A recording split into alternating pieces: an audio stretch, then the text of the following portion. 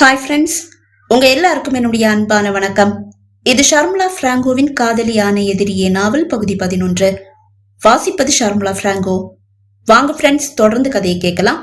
மறுநாள் சத்யா அலுவலகம் செல்ல தயாராகி மாடி இறங்கி வர அவளுக்காக காத்திருப்பது போல் ஹாலில் அமர்ந்திருந்த அம்மா, சத்யா, நீ தினமும் சரியா காலையில 8:30 வீட்டுல இருந்து வெளியே போற, சாயந்தரம் 5:30 திரும்பி வர. எங்க போற, என்ன பண்ற? சந்தேக பார்வையை அவள் மீது வீசியபடி அம்மா கேட்க ஏனோ அவளுக்கு பொசுக்கென்று கோபம் வந்துவிட்டது. இன்று சித்தன் லண்டன் புறப்படுகிறான். ஏதோ திட்டத்தோடுதான் அம்மா தன்னை பூட்டோடு காத்திருக்கிறார் என்று அவளுக்கு தோன்றியது. அம்மா அப்பா இருவரும் காலை 8:15 கிளம்பி விடுவார்கள். அப்படி இருக்க அவள் தினமும் 8:30 இங்கிருந்து வெளியே செல்வதை இவர்களிடம் சொன்னது யார்?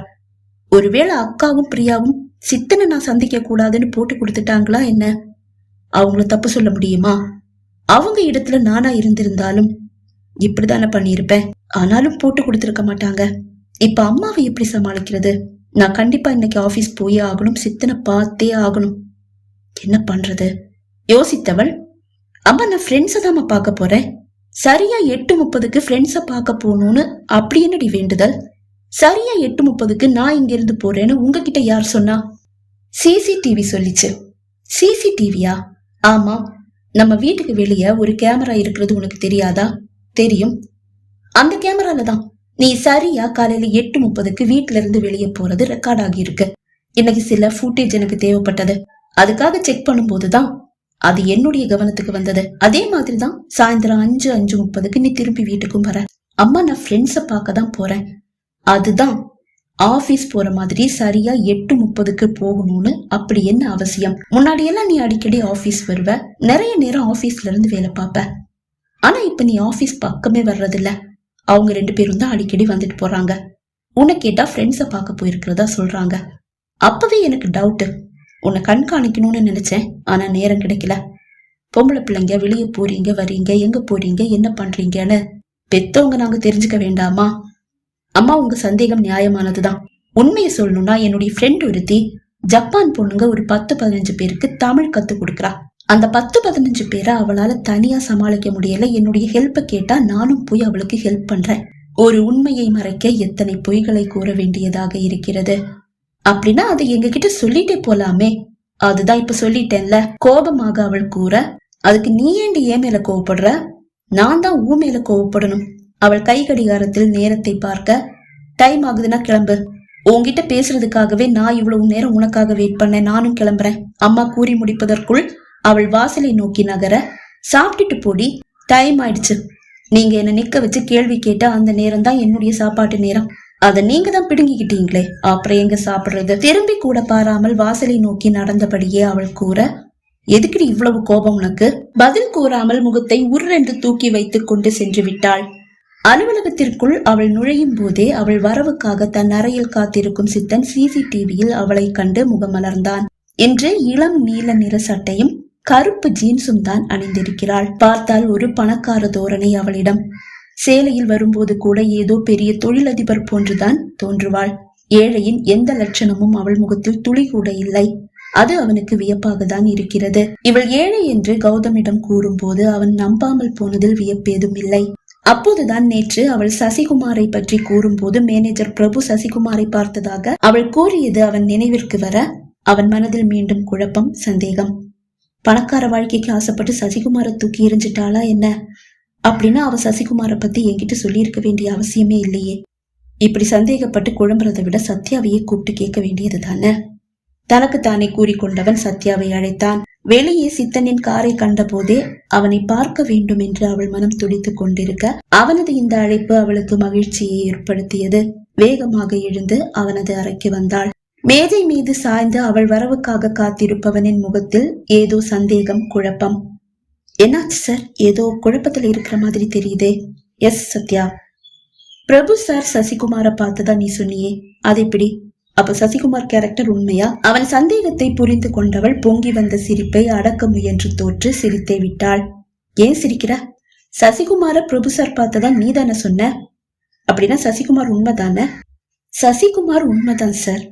ஆனா அது சசிகுமார் இல்ல, சசிரேகா, என்னுடைய அக்கா. உளறியவள், அக்கா மாதிரி என்னுடைய அக்கா ஃப்ரெண்டு, எனக்கும் ஃப்ரெண்டு, அக்கா மாதிரியும் கூட. சில சமயம் ஏதாவது சிக்கல்ல நானும் அக்காவும் சிக்கிக்கிட்டா அவ இப்படிதான் ஆம்பளை வேஷத்துல வந்து எங்களை காப்பாத்துவா. அப்படிதான் பிரபு சார் கிட்ட இருந்து என்ன காப்பாத்துனா. அவர் என்ன கட்டிக்கணும்னு சொல்லி ரொம்ப டார்ச்சர் கொடுக்க ஆரம்பிச்சாரு. அவ ஹெல்ப்ப கேட்ட, வந்து ஹெல்ப் பண்ணா அவ்வளவுதான். உங்களையும் அப்படியே ஏமாத்தி இருப்பேன், ஆனா மெசேஜ் பண்ண முடியாத மாதிரி உங்க பக்கத்துல உட்காந்து மாட்டிக்கிட்டேன். அவரை ஏமாத்தினா ஓகே, என்னையே ஏமாத்த நினைச்ச? பயந்துட்டியா? பயமா? பயம் எல்லாம் இல்ல. அப்புறம் இதுக்காக என்கிட்ட போய் சொன்ன? என்ன மாதிரி ஒரு பொண்ணு உங்க வீட்டுக்கு மருமகளா வர்றத உங்க அப்பா அம்மா ஏத்துப்பாங்களா? கண்டிப்பா ஏத்துக்க மாட்டாங்க. ஆனா உங்களுக்கு என்ன பிடிச்சிருக்கு? எனக்கு பாய் ஃப்ரெண்ட் யாரும் இல்லைன்னு சொன்னா நீங்களும் என்ன தொல்லை பண்ணிட்டே இருப்பீங்க. நானும் சத்தியமா கவுந்துடுவேன். அதனாலதான் அப்படி ஒரு பொய்ய சொல்லி உங்ககிட்ட இருந்து தள்ளி போலான்னு நினைச்சேன். ஆனா முடியல, மாட்டிக்கிட்டேன். உன்ன கையை நீட்டி அவளை எட்டி பிடிக்க அவன் முயல வாசலை திரும்பி பார்த்தவள், ஐயோ தயாநிதி சார் வராரு என்று கூற நீட்டிய கையை அவன் சட்டென்று இழுத்து கொண்டான். ஆனால் அப்பா இல்லை. பொய் சொல்றியா? இப்ப பாரு உன்ன. அவன் மீண்டும் கையை நீட்ட கதவை திறந்து கொண்டு உள்ளே வருகிறார் தயாநிதி. மாட்டிக்கொண்டோம் என்றுதான் சத்யா நினைத்தாள். ஆனாலும் சுதாரித்துக் கொண்டு குட் மார்னிங் சார் என்றாள். சித்தனும் சுதாரித்துக் கொண்டு நீட்டிய கையை இழுத்து கொண்டார். அப்பாவுக்கு சந்தேகம் வந்துவிடும் என்று சட்டென்று சூண்டு விரலை தவிர்த்து மற்ற விரல்களை மடக்கி கொண்டு விரலை ஆட்டியபடியே, நான் சொன்னது புரிஞ்சதா?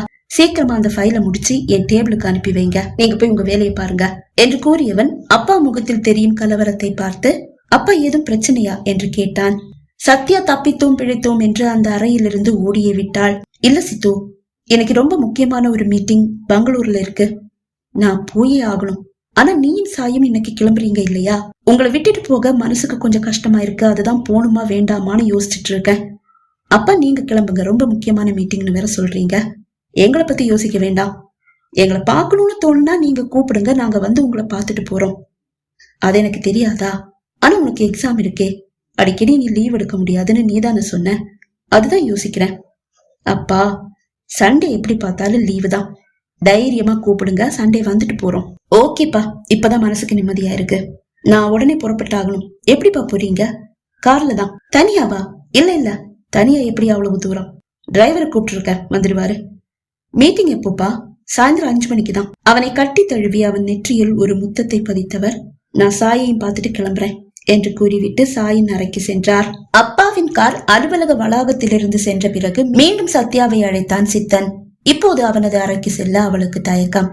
ரேகா இப்போதுதான் அழைத்திருந்தாள். சத்யா, என்னுடைய மனசு படபடன்னு அடிச்சுக்குதுடி. அம்மாவுக்கு உன் மேல சந்தேகம் வந்துருச்சு. நீ காலையில அம்மா கிட்ட சொன்ன பொய்ய அம்மா அப்படியே நம்பிடல. உன்னை கண்காணிக்க யாரையாவது ஏற்பாடு பண்ணுவாங்கன்னு தோணுது. நீ கொஞ்சம் கவனமாயிரு. நீ போன பிறகு என்னையும் பிரியாவையும் தனித்தனியா கூட்டு துருவி துருவி கேள்வி கேட்க ஆரம்பிச்சுட்டாங்க. இப்படிதான் நடக்கும்னு எனக்கு தோணிச்சு. அதனால நீ அம்மா கிட்ட சொன்னதா அப்படியே போய் பிரியா கிட்ட சொல்லி, அம்மா என்ன கேட்டாலும் எப்படி கேட்டாலும் திருப்பி போட்டு கேட்டாலும் நீ இததான் சொல்லணும்னு சொல்லி சொன்ன. அதனால மட்டும்தான் இப்ப உன்னுடைய தலை தப்பி இருக்கு. அப்புறம் உனக்கும் சித்தனுக்கும் கல்யாணம் நடக்கிற வரைக்கும் நீ சித்தன் கிட்ட கொஞ்சம் கவனமாயிரு. காதலன் தானே, கட்டிக்க போறவன் தானேன்னு எல்லைய தாண்ட விடாத, நீயும் தாண்டாத. கடைசியில நீ யாருன்னு தெரியும் போது நீ வேண்டான அந்த சித்தன் உன்னை தூக்கி எரிஞ்சிட்டா கற்பை இழந்து வாழ முடியாது, புரியுதா? அது அவளுக்கு தெரியாமல் இல்லை. ஆனாலும் காதல் கண்ணை மட்டுமா, அறிவையும் சேர்த்து அல்லவா மறைக்கிறது. காதலின் உச்சத்தில் தன்னை சித்தனுக்கு அர்ப்பணித்து விடுவாளோ என்ற பயம் அவள் மனதிலும் இல்லாமல் இல்லை. மீண்டும் சித்தனிடமிருந்து அழைப்பு. சத்யா, உன்னதான், உள்ளவா. கூப்பிட்டு எவ்வளவு நேரம் ஆச்சு? என்ன பண்ணிட்டு இருக்க? இது வரேன் சார். எழுந்து கொண்டவள் தயங்கியபடியே அவனது அறையை நோக்கி நடந்தாள். அறைக்குள் வந்தவளின் முகத்தில் ஒருவித பயத்தை கண்ட சித்தன் அவள் அருகில் வந்து மெல்ல அவள் இடையை சுற்றி வளைத்தான். மை டியர் சத்யா, உன்னுடைய கழுத்துல தாலி கற்ற வரைக்கும் எந்த ஒரு சூழல்லையும் எல்லையை தாண்ட மாட்டேன். என்ன நீ நம்பலாம். நான் கூப்பிடும் போது நீ இப்படி தயங்குறதும் பயப்படுறதும் எனக்கு ரொம்ப வேதனையா இருக்கு. அவனது அந்த வார்த்தைகளை கேட்டதும் அவள் முகம் சட்டென்று மலர்ந்தது. தன் பேண்ட் பாக்கெட்டில் கையை திணித்து ஒரே போன்ற 2 மோதிரங்களை வெளியே எடுத்தவன் அதில் பெரிய மோதிரத்தை அவளிடம் கொடுத்து, நீ இதை என்னுடைய விரல்ல போட்டு விடு, நான் இதை உன்னுடைய விரல்ல போட்டு விடுறேன். அவள் விரலை பிடித்து மோதிரத்தை அணிவித்தவன், இதை நீ என்னைக்குமே கழட்டக்கூடாது. புன்னகையோடு அவன் விரலில் அவளும் மோதிரத்தை அணிவித்தாள். இத நானும் கழட்ட மாட்டேன். கையை உயர்த்தி அவன் அணிவித்த மோதிரத்தை பார்த்தவள் அது விரலில் அங்கும் இங்கும் ஓடுவதை கண்டு சிரித்தாள். இந்த மோதிரத்தை நான் கழட்ட மாட்டேன், ஆனா அளவு தெரியாம நீங்க வாங்கிட்டு வந்த இந்த மோதிரம் எனக்கு லூஸா இருக்கு. ஒருவேளை இது தொலைஞ்சு போனா என்ன பண்றது? நீ இத தொலைச்சிட்டா என்னையே தொலைச்ச மாதிரி. நீ இத கழட்டிட்டா உன் மனசுல நான் இல்லைன்னு அர்த்தம். ஏனோ அவள் விழிகள் நிறைந்து விட்டது. இல்ல, செத்தாலும் இதை நான் தொலைக்கவும் மாட்டேன், கழட்டவும் மாட்டேன். ஒருவேளை நீங்க இந்த மோதிரத்தை கழட்டிட்டா நானும் கழட்ட மாட்டேன். ஒருவேளை நான் கழட்டிட்டேன்னா உனக்கு சொன்ன மாதிரியேதான், நீ என் மனசுல இல்லைன்னு தான் அர்த்தம். May I come in sir? Manager பிரபுவின் குரல் அது. அவளை சட்டென்று விடுவித்தவன், சரி நீ போய் உன்னுடைய வேலையை பாரு. புன்னகையோடு தலையசைத்தவள் அங்கிருந்து நகர, எஸ் கம் இன் அவன் சத்தமாக கூற, கதவை திறந்து கொண்டு மேனேஜர் பிரபு உள்ளே வர சத்யா அவரை தாண்டி வெளியே சென்றாள். பகுதி 11 நிறைவடைந்தது. பகுதி 12 உங்களை சந்திக்கும் வரை விடைபெறுகிறேன். நன்றி, வணக்கம்.